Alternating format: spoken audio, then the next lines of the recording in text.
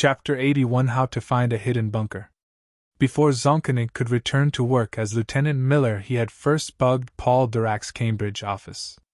Under the guise of a post office engineer, he had successfully gained physical entry and tapped the line. If Paul Dirac had been moved to a secure facility, he would not be returning to work anytime soon, and a message of some sort would have to be relayed at some point explaining his lack of attendance. Once done, Zaunkonig could sleep, and Lieutenant Miller could wake up. Life in the office was seemingly unchanged, except for Captain Connors, who was nowhere to be seen. On the pretense of filing a report, Lieutenant Miller had inquired as to where he was. "The bunker, if you don't know what it is, you clearly don't need to," was the simple and unexplanatory response. To most, this would have been an end to the discussion. To Zaunkonig, it was the opening move to a chess game, one in which he could only see his pieces.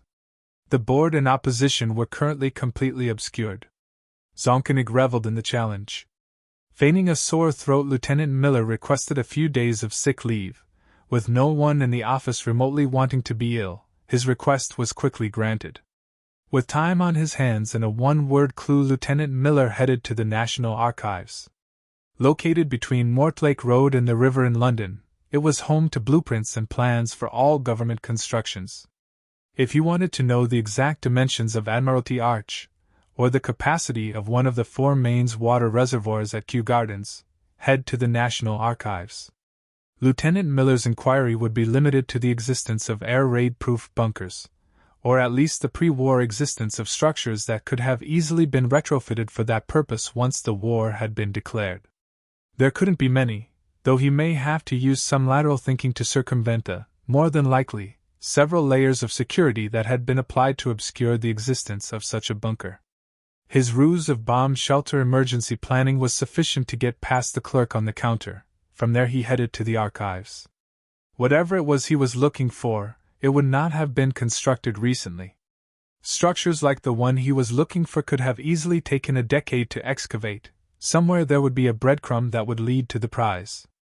One major consideration would be underground access, most likely via an underground tube line that would be now marked as disused or even unfinished, so a disused, closed or never opened station would be a highly attractive candidate. The next would be that its location had a high probability of being north of the river.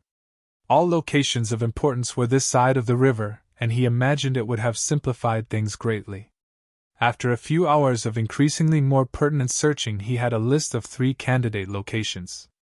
King William Street Station closed in 1900, City Road Station closed in 1922, and Down Street closed in 1932. Now he had no option but to investigate each one until hopefully his search bore fruit, or in turn lead to a similarly meaningful discovery. Removing the plans from the archives was no more difficult than folding them up and sticking down the back of his trousers. His next agenda item was an underground exploration kit, torches, or lights of some form, warm clothes. His guess that ropes may come in handy too would prove to be very intuitive.